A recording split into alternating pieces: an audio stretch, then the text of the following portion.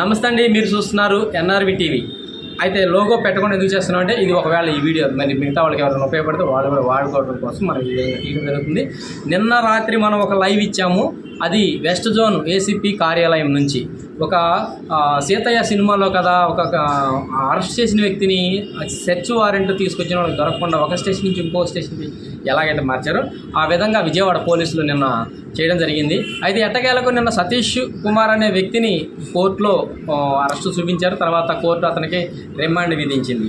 ఈ విషయంలో ఇప్పుడు అరెస్టు చూపించి రిమాండ్కి వెళ్ళిన తర్వాత పోలీసులకి మరో విషయం తెలిసి వాళ్ళు నేలకు ఖర్చుకుంటున్నారు. ఇప్పుడు పోలీసులు విజయవాడ పోలీసులు గుండెల్లో రైలు పరిగెత్తిస్తున్న విషయం ఏంటి అది కూడా మనం ఇప్పుడు మనకి సతీష్ కుమార్ యొక్క తండ్రి దుర్గారావు మనతో ఉన్నారు.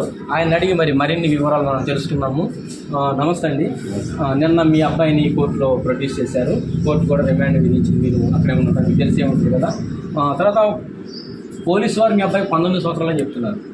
మీరు ఎంత అని చెప్తున్నారు? మీ అబ్బాయి వయసు 18 అండి. నిన్న శనివారం నైట్ కూడా కేక్ కట్ చేస్తున్నారు పిల్లగాళ్ళంతా. ఓకే, 10 ఏళ్ళు వెళ్ళి 18 అడిగారు. ఓకే, దానికి సంబంధించి వాళ్ళు ఏదో బర్త్ సర్టిఫికేట్ సబ్మిట్ చేసినట్టు లేదు. ఆధార్ కార్డులో కూడా 2006 4వ నెల 14వ తారీఖు అని ఉంది. ఓకే, ఇంకో మరో క్వశ్చన్కి ఆన్సర్ చెప్పండి.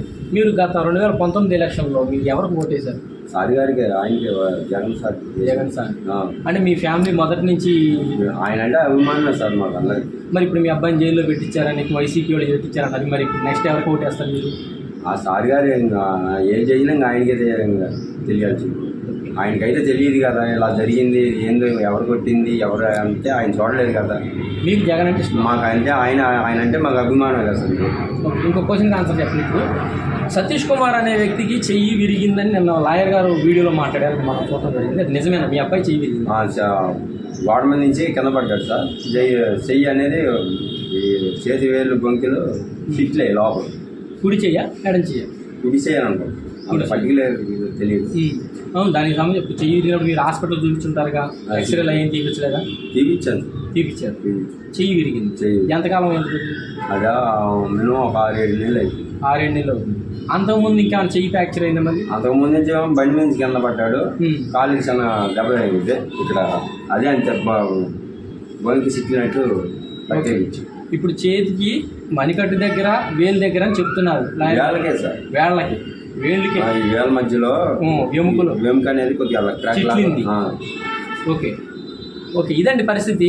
వాస్తవానికి మనం కనుక చూస్తే మన మీడియాలో చాలా టీవీ ఛానల్స్లో తెలుగుదేశం పార్టీ కుట్ర ఉందని, లేకపోతే బోండా ఉమా అని తెలుగుదేశం పార్టీ కార్యకర్త రకరకాలు చెప్తున్నారు. వాస్తవానికి మనం వేముల సతీష్ కుమార్ ఒక తండ్రిని కనుక మనం అడిగితే తను మొదటి నుంచి వైఎస్ఆర్ అభిమానని, గతంలో కూడా వైసీపీగా ఓటేసాం. ఇప్పుడు కూడా ఇక్కడ జరిగే రాజకీయాలు జగన్మోహన్ రెడ్డికి ఏం తెలుసు, ఆయన ఎక్కడో పాపం ఎక్కడో ఉన్నాడు కాబట్టి ఏం జరిగినా నేను మాత్రం వైసీపీకి ఓటేస్తానని ఆయన చెప్తున్నారు. సరే, అది ఆ విషయం పక్కన పెడితే మనకి ముఖ్యంగా ఇక్కడ ఇప్పుడు విజయవాడ పోలీసులు గుండెల్లో రైళ్లు పరిగెత్తిస్తున్న మరో విషయం ఏంటంటే, ఎవరైతే ముఖ్యమంత్రి జగన్ పైన రాయి విసిరాడని సతీష్ అనే వ్యక్తిని ఏవన్ ముద్దాయిగా అరెస్ట్ చేశారో ఆ వ్యక్తి కుడి చేతి వేళ్ళు లోపల ఎముకలు చిట్లాయని, అతను గోడపై నుంచి కింద పడిన సమయంలో ఆ ప్రమాదం వల్ల చెయ్యి డ్యామేజ్ అయిందని చెప్పి వాళ్ళ తండ్రి చెప్తున్నారు. దానికి సంబంధించిన ఎక్స్రే రిపోర్ట్లు కూడా ఉన్నాయని చెప్తున్నారు.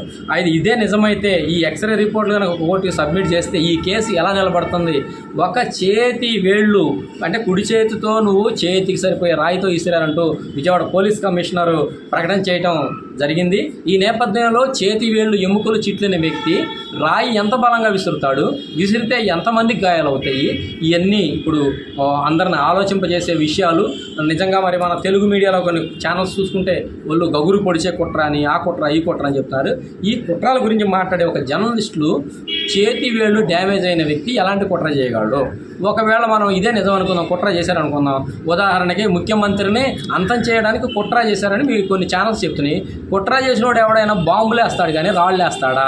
కనీసం ఈ జర్నలిజం చదివిన వ్యక్తులు, జర్నలిస్టుగా చెప్పుకుంటున్న వ్యక్తులు ఎందుకు ఇది మర్చిపోతున్నారు?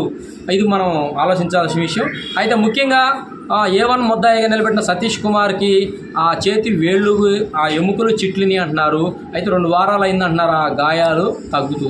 అంటే అతను ఒకవేళ రాయి పట్టుకోగలిగితే పట్టుకోవచ్చు, ఎంత బలంగా విసురుతాడనేది అది ప్రేక్షకుల యొక్క ఆలోచనలకి, విజయవాడ పోలీసుల యొక్క ఊహలకి మనం వదిలేద్దాము.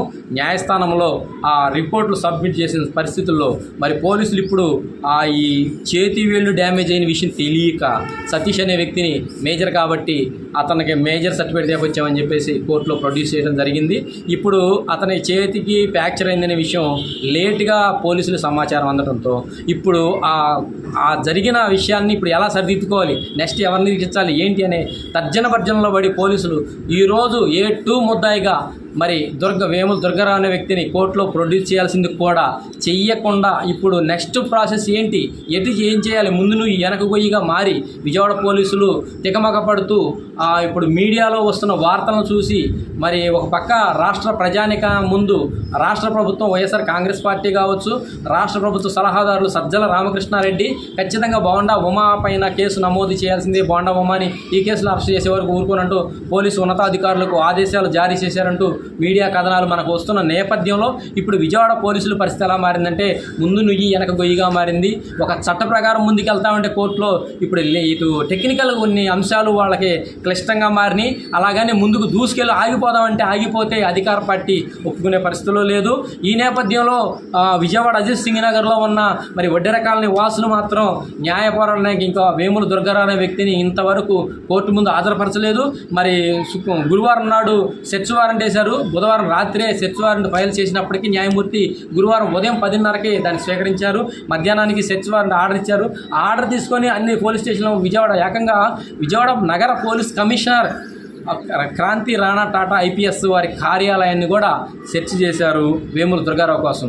అయితే అతన్ని నగరంలోనే ఒక ప్రైవేటు హోటల్స్లో ఉంచుతారు అని మీడియా వర్గాలు వెల్లడిస్తున్నాయి. ఎందుకంటే ఇటువంటి ఖైదీలని పోలీస్ స్టేషన్లో ఉంచితే ఇలాగే మీడియా వాళ్ళు కానీ లేదా సెర్చ్ వారెంట్ పేరుతో అడ్వకేట్లు కానీ ఎవరైనా వచ్చి మరి వెతికే అవకాశం ఉన్నందున సెర్చ్ వారెంట్ కోర్టులో వస్తుంది అనే విషయం కూడా తెలుసుకొని ముందస్తు జాగ్రత్తలతోనే మరి వేముల దుర్గారావు అనే వ్యక్తిని ప్రైవేటు స్థలాల్లో కొన్ని చోట్ల విజయవాడ పోలీసులు దాచి ఉంచవచ్చు అనే ఒక అనుమానాలు కూడా వ్యక్తమవుతున్నాయి. మొత్తానికి మాత్రం విజయవాడ పోలీసులు మరి వాళ్ళు వ్యూహరచన చేసిన దాన్ని బట్టి ముందుకు వెళ్ళడానికి ఇప్పుడు కొన్ని టెక్నికల్ ప్రాబ్లమ్స్ వాళ్ళకి అడ్డొస్తున్నాయి.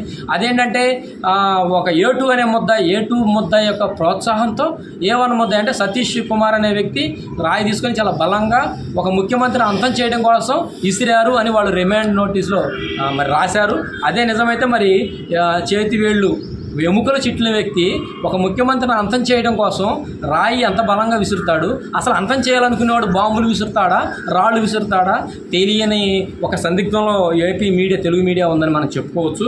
మొత్తానికి ఈ కథ సుఖాంతానికి మరి విజయవాడ పోలీసులు కొత్త కథ ఏమలుతున్నారు, మరి రేపు పొద్దున మనల్ని కొత్త కథ ఏం చెప్తారనేది ఇంకా మనకి తెలియలేదు.